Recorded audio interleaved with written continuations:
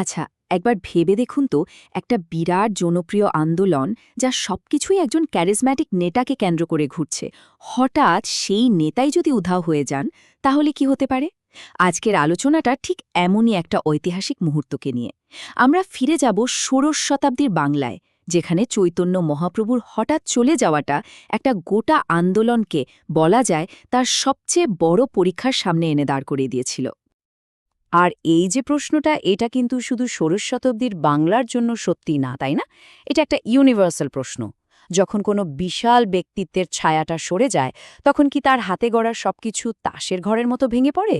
নাকি নাকি সে আন্দোলনটা নিজের পায়ে দাঁড়ানোর জন্য নতুন কোনো রাস্তা খুঁজে বের করে? চৈতন্যের ঘটনাটা আমাদের ঠিক এই প্রশ্নগুলোরই মুখোমুখি করে দেয়। তো এই যে ফ্যাসিনেটিং জার্নিটা, এটা আমরা কয়েকটা ধাপে বোঝার চেষ্টা করব। প্রথমে দেখব নেতা ছাড়া আন্দোলনটা কেমন ছিল, তারপর কিভাবে কোনো উত্তরাধিকারী ছাড়াই কন্টিনিউটি থাকলো, এরপর অনুশীলনের 3টে স্তম্ভ নিয়ে কথা বলবো। দেখব সংঘাতের মধ্যে দিয়ে কিভাবে নতুন অথরিটি তৈরি হলো এবং কিভাবে পুরো ব্যাপারটা একটা উপস্থিতি থেকে নেটওয়ার্কে বদলে গেল। আর শেষে থাকবে একটা অমীমাংসিত প্রশ্ন। তো চলুন শুরু করা যাক। তো আমাদের আলোচনার প্রথম ধাপ, নেতা ছাড়া আন্দোলন। দেখুন, যখন চৈতন্য মহাপ্রভু সন্ন্যাস নিয়ে পুরীতে চলে গেলেন, তখন হয়তো অনেকেই ভেবেছিলেন, আরে এটা তো সাময়িক ব্যাপার। কিন্তু না, ব্যাপারটা মোটেও তা ছিল না। এটা কোনো সাধারণ ট্যুর ছিল না, এটা ছিল বাংলার সঙ্গে তার একটা ফাইনাল, মানে পার্মানেন্ট বিচ্ছেদ। ব্যাপারটা বুঝতে হলে একটু পিছিয়ে যেতে হবে। চৈতন্যের উপস্থিতিতে আন্দোলনটা কেমন ছিল, পুরোটাই কিন্তু তার ফিজিক্যাল প্রেজেন্সের ওপর দাঁড়িয়েছিল। ওই যে সংকীর্তনে তার নাচ, তার ওই ভাবাবেশ, তার সরাসরি ডিরেকশন, সবকিছু তিনিই ছিলেন সেন্টার।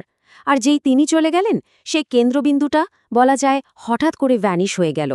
একটা বিরাট শূন্যতা। আর তারই চলে যাওয়াটা একটা সাংঘাতিক প্রশ্ন তৈরি করল। প্রশ্নটা কিন্তু আর তার শিক্ষা বা ফিলসফি নিয়ে ছিল না, প্রশ্নটা ছিল একদম প্র্যাকটিক্যাল, রিয়েল। আচ্ছা, এই আন্দোলনের হালটা এখন ধরবে কে, আর কোন অধিকারে ধরবে? আর ঠিক এখানেই গল্পটা একটা দারুণ মোড় নেয়। মানে, আমরা সাধারণত কি ভাবি, একজন লিডার চলে গেলে তার জায়গায় নতুন কেউ আসবে, তাই তো? কিন্তু ইতিহাস আমাদের যা বলছে তা আমাদের সব ধারণাকে একেবারে উল্টে দেয়। সোর্সগুলো খুব স্পষ্টভাবে বলছে যে কি হয়নি, আর সেটাই সবচেয়ে অবাক করার মতো ব্যাপার। একটু খেয়াল করে দেখুন, ক্ষমতা ট্রান্সফারের কোনো ফর্মাল চেষ্টাই হয়নি। মানে কোনো উত্তরাধিকার অনুষ্ঠান নেই, কোনো পাবলিক অ্যানাউন্সমেন্ট নেই, কাউকেই উত্তরাধিকারী হিসেবে বেছে নেওয়া হয়নি, কিচ্ছু না। চৈতন্য কাউকে বলেও যাননি যে আমার পরে এ দেখবে।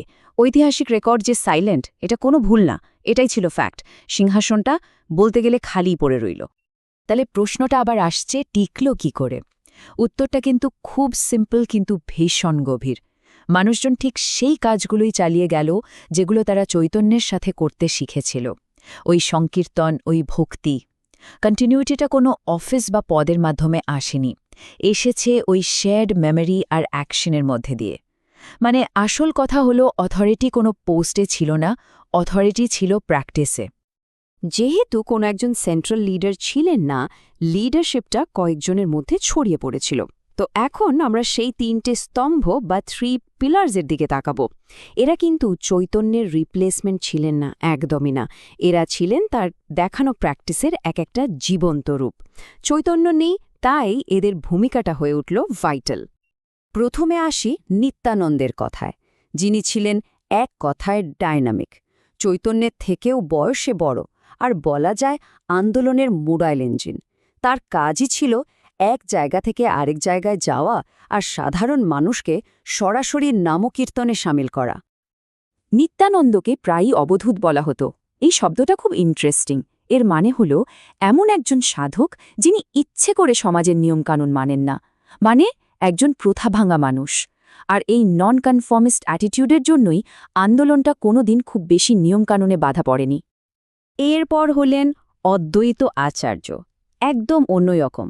একজন সিনিয়র, জ্ঞানী, ব্রাহ্মণ, একজন গৃহস্থ। তিনি ছিলেন আন্দোলনের অ্যাঙ্কার, মানে নোঙর। আর তার পদ্ধতিটা ছিল আরও ইন্টারেস্টিং, সংযম।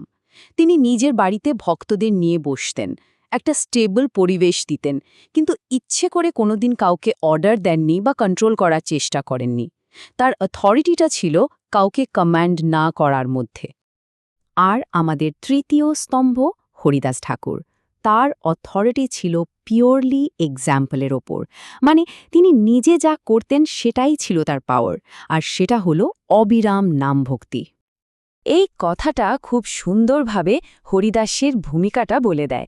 ভাবুন একবার, তথাকথিত নিম্ন বর্ণে জন্ম, কত অত্যাচার সহ্য করেছেন, কিন্তু তার একটানা নাম জপ এটাই প্রমাণ করে দিয়েছিল যে ভক্তির জন্য কোনো প্রাতিষ্ঠানিক স্বীকৃতির দরকার নেই।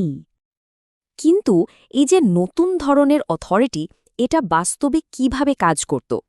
এর সবচেয়ে সেরা উদাহরণ হল জগাই আর মাধাইয়ের বিখ্যাত ঘটনাটা, যেটা এই নতুন মরাল অথরিটির একটা মডেল হয়ে গিয়েছিল।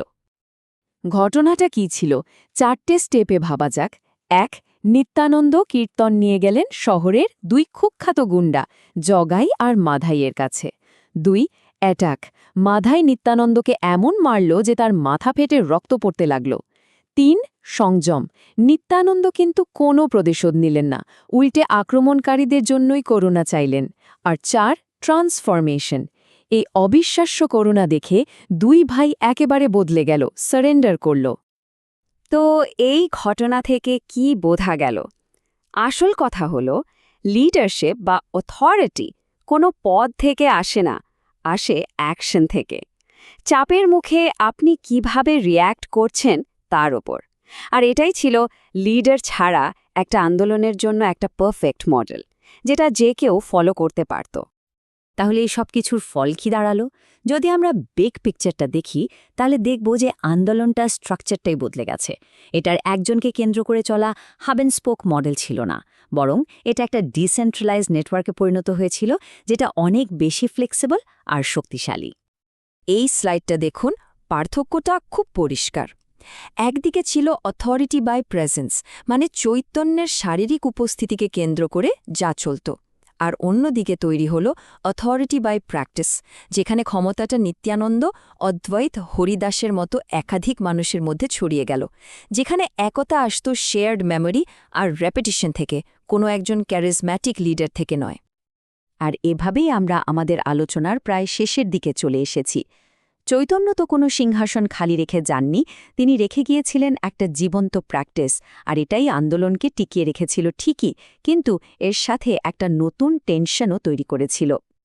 প্রশ্নটা হলো, একটা আন্দোলন কিভাবে একই সাথে স্টেবল হতে পারে, আবার তার ভেতরের সেই আসল আবেগ বা গতিটাকেও ধরে রাখতে পারে? মানে যা তাকে আন্দোলন বানিয়েছিল, সেই জিনিসটা না হারিয়ে কিভাবে থিতু হবে? এই প্রশ্নটা কিন্তু অমীমাংসিতই থেকে গিয়েছিল, আর এটাই আমাদের পরের পর্বগুলোর আলোচনার জমিন তৈরি করে দেবে। তো ইতিহাসের এই ধরনের গভীরে গিয়ে বিশ্লেষণ যদি আপনাদের ভালো লাগে আর আমাদের এই যাত্রার সঙ্গী হতে চান, তাহলে অবশ্যই চ্যানেলটা সাবস্ক্রাইব করবেন।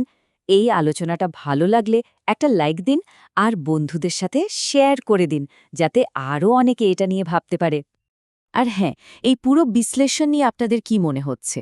আপনারা কি একমত, নাকি অন্য কোনো পার্সপেক্টিভ আছে?